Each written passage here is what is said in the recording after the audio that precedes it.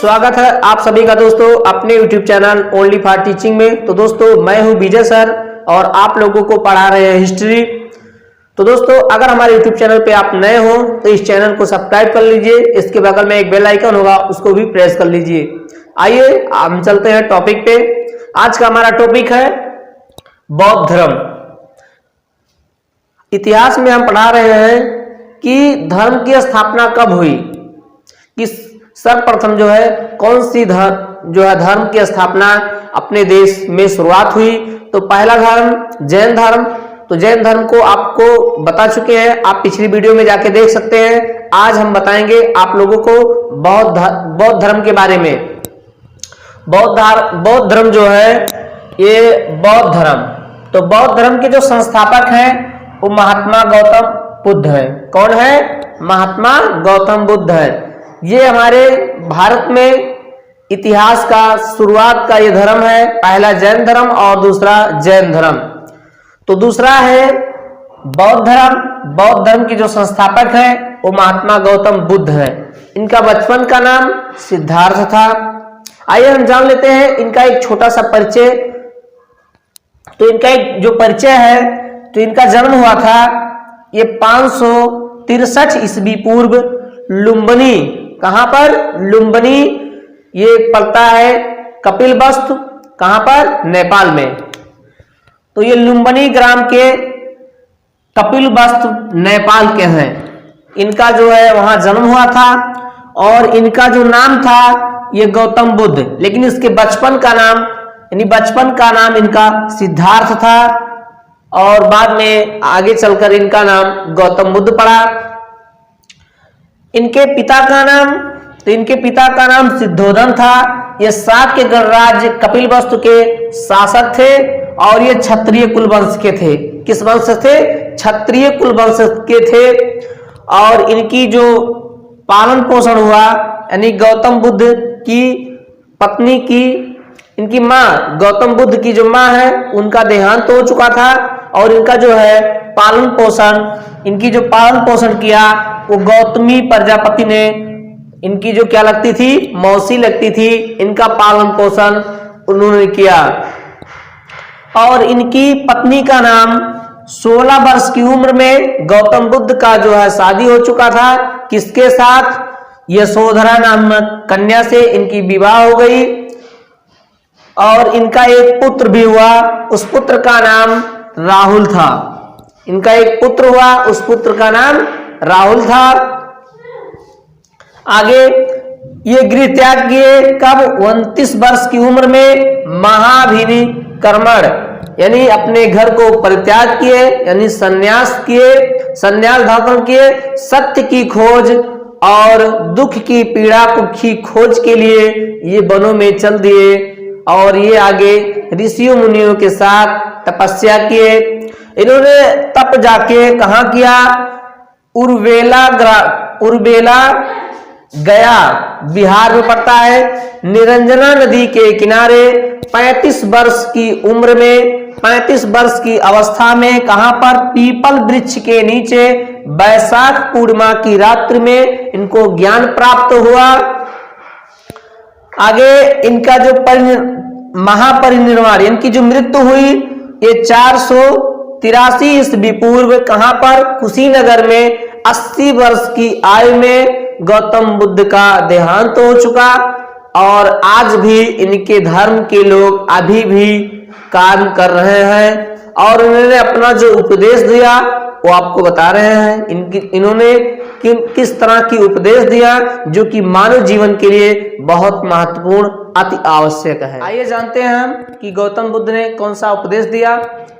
तो गौतम बुद्ध ने अपना पहला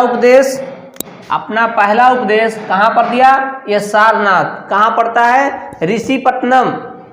सारनाथ में ऋषिपत्तनम स्थान पर 3 से 4 लोगों के साथ इन्होंने अपना पहला उपदेश दिया। और अपना उपदेश किस भाषा में दिया? तो ये अपना पहला उपदेश सरल पाली भाषा में। किसमें? सरल पाली भाषा में। सरल पाली भाषा में इन्होंने अपना पहला उपदेश दिया। कहां पर? सारनाथ में। ये कहां पड़ता है? कुशीनगर में। गौतम बुद्ध ने अपना गौतम बुद्ध ने जो अपना उपदेश दिया वो किस बेस पे दिया? ये मनुष्य के सांसारिक दुखों के बारे में, किसके? मानव जीवन के कष्ट एवं दुखों के बारे में, यानी मनुष्य की जीवन जो दुख भरी पीड़ा से भरा है उसी के बारे में इन्होंने अपना उपदेश दिया। और किस माध्यम से? इन्होंने 4 आर्य सत्य बताए। 4 आर्य सत्य वो कौन है? ये है कि दुख, पहला है दुख। दुख का अर्थ है कि दुख है, क्या है? दुख है। दूसरा है दुख समुदाय। समुदाय मतलब दुखों का एक संग्रह है। तो क्या है कि दुख का कारण है, दुख है तो दुख का कारण है। और दुख निरोध। दुख निरोध मतलब होता है दुख को दूर करने का उपाय भी है, दुख को दूर करने का उपाय भी है। और अगला है दुख निरोध मार्गा। दुख निरोध मार्ग, दुख निरोध यानी दुख का उपाय, इसका एक मार्ग भी है। क्या है? दुख निरोध मार्ग, यानी दुखों को दूर करने का, दुखों के दूर करने का उपाय भी है। और उपाय का कौन सा मार्ग गौतम बुद्ध ने दिया? तो उपाय को, यानी दुख को दूर करने के लिए उपाय दिए अष्टांगिक मार्ग। गौतम बुद्ध ने अपने उपदेश में 4 आर्य सत्य बताए और उन्होंने कहा दुख है और दुख का कारण भी है, दुख का उपाय भी है। और दुख के उपाय का जो मार्ग है वो कौन सा है? अष्टांगिक मार्ग है। उन्होंने 8 अष्टांगिक मार्ग मतलब होता है 8 उपाय बताए हैं और उन उपायों के प्रयोग से मानव के दुख दूर होने का उपाय है। तो आगे बता रहे हैं हम कि वो कौन से अष्टांगिक मार्ग हैं जो अभी भी लोग उसका उपयोग कर रहे हैं और इस धर्म की जो है प्रचार प्रसार। गौतम बुद्ध ने जो अष्टांगिक जो है मार्ग और उपाय बताया वो ये है। गौतम बुद्ध ने दुखों से छुटकारा पाने के लिए बुद्ध ने जो अष्टांगिक मार्ग बताया है, जो उपदेश दिया है, उसमें से 8 हैं। पहला है सम्यक दृष्टि। सम्यक दृष्टि मतलब होता है सही विचार और सही कार्यों पर ध्यान देना। पहला है सम्यक दृष्टि, यानी सही विचारों और सही कार्यों पर हमको ध्यान देना चाहिए। दूसरा है सम्यक वाणी। सम्यक वाणी मतलब सत्य बोलना चाहिए। और तीसरा है सम्यक संकल्प, तो उचित संकल्प लेना चाहिए कि जो हम कर ले जाएं और जो चीज़ अच्छा हो। तीसरा है, चौथा है सम्यक कर्म। सम्यक कर्म मतलब होता है अच्छा काम करना चाहिए। कैसा काम? अच्छा काम करना चाहिए। और पांचवा है सम्यक आजीव। अच्छे काम करके अपनी जीवन को चलाना चाहिए, यानी अपनी जीविका जो है सही काम करके चलाना चाहिए। यानी अपनी जीविका, अपना जो खाना जो हम लोग खाते पीते हैं वो सही कर्म का होना चाहिए, गलत परिणाम का नहीं होना चाहिए। छठवां है कि सम्यक व्यायाम। सम्यक व्यायाम से मानसिक एवं नैतिक उन्नति के लिए हमको प्रयास करना चाहिए। अपने मस्तिष्क को शुद्ध एवं तरोताज करने के लिए हमको मानसिक व्यायाम करना चाहिए। सम्यक स्मृति, अपने कार्य और व्यवहार पर हमेशा ध्यान देना चाहिए। सम्यक स्मृति, इसका मतलब है कि अपने कार्यों और व्यवहारों को हमेशा ध्यान देना चाहिए। आठवां है सम्यक समाज। ज्ञान प्राप्ति के लिए ध्यान केंद्रित करना चाहिए। आप लोगों को एक गौतम बुद्ध का एक छोटी सी कहानी बताते हैं और उससे आपको ज्ञान प्राप्त होगा। एक बार गौतम बुद्ध के पास एक औरत अपनी एक मृत बेटे को, एकलौता पुत्र था और वो मर चुका था, और गौतम बुद्ध के पास लेकर आई दौड़ी दौड़ी और उन्होंने कहा गौतम बुद्ध से कि हमारे पुत्र को जीवित कर दीजिए। गौतम बुद्ध ने उनको कहा रो नहीं, उनको चुप करने के लिए कहा। उन्होंने कहा कि आप चले जाइए अपने गांव में और उस घर से हमें सरसों के बीज ले आइए कि जिस घर में किसी की मृत्यु ना हुई हो।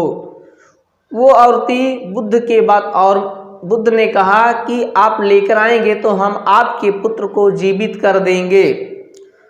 औरत बड़ी खुशी के साथ सोची कि हमारा पुत्र जीवित हो जाएगा और वो दौड़ती हुई गांव में गई और हर घर के फेरे लगाते हुए आई और ऐसा उसको एक भी घर नहीं मिला कि जिस घर में किसी की मृत्यु ना हुई हो। और वह आकर बुद्ध के चरणों में गिर पड़ी और बुद्ध ने उनसे कहा कि जो भी पृथ्वी पर जन्म लेता है उसकी मृत्यु निश्चय ही है और दुख है, यानी हमारी जो इच्छा होती है वही दुख है। जिस समय हम अपनी इच्छा को ही समाप्त कर देंगे तो हमारे जीवन की खुशी उसी समय मिल जाएगी।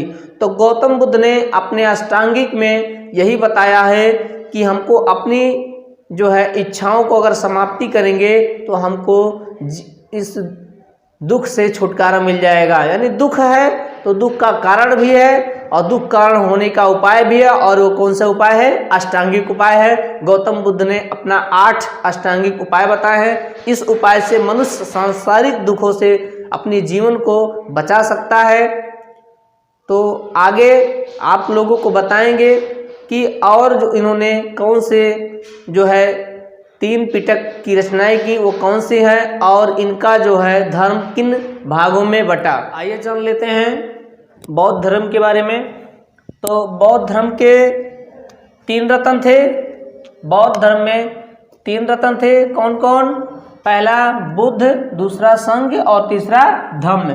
तो बौद्ध धर्म में 3 रत्न हैं, बुद्ध, धर्म, धम्म और संघ। बौद्ध ग्रंथों में त्रिपिटक लिखा गया। तो पहला ये कौन से भाषा में लिखा गया? ये पाली भाषा में लिखा गया। पहला है सुत्त पिटक और दूसरा है विनय पिटक और तीसरा है अधिधम्म पिटक। गौतम बुद्ध के निवारण के बाद यानी उनकी मृत्यु के बाद कुछ शताब्दियों बाद बौद्ध अनुयायी यानी बौद्ध को धर्म को मानने वाले ये 2 संप्रदाय में यानी 2 भागों में बट गए। किन भागों में? हीनयान और महायान। तो हीनयान के लोग बुद्ध के मूल उपदेशों को स्वीकार किए और उनके धर्म का प्रचार प्रसार कर रहे हैं, और महायान के लोग जो है बुद्ध की मूर्ति और पूजा पाठ का प्रचलन शुरू किया। यानी महायान के लोग जो है बुद्ध की मूर्ति का पूजा पाठ करने लगे और इस प्रकार का प्रचलन जो है उन लोग बढ़ाने लगे। और जो हीनयान के लोग थे वो बुद्ध के मूल उपदेशों का वो जो उपदेश दिए थे उन उपदेशों का पालन और उसका प्रचार प्रसार करने के लिए हीनयान के लोग जो है करने लगे। तो दोस्तों ये कंपैरेटिव एग्जाम के लिए बहुत इम्पोर्टेंट है। तो अगर ये वीडियो आपको अच्छा लगा हो तो अन्य दोस्तों के साथ शेयर करिएगा। अगर हमारे YouTube चैनल पे आप नए हो तो इस चैनल को सब्सक्राइब कर लीजिएगा। तो thank you, all the best.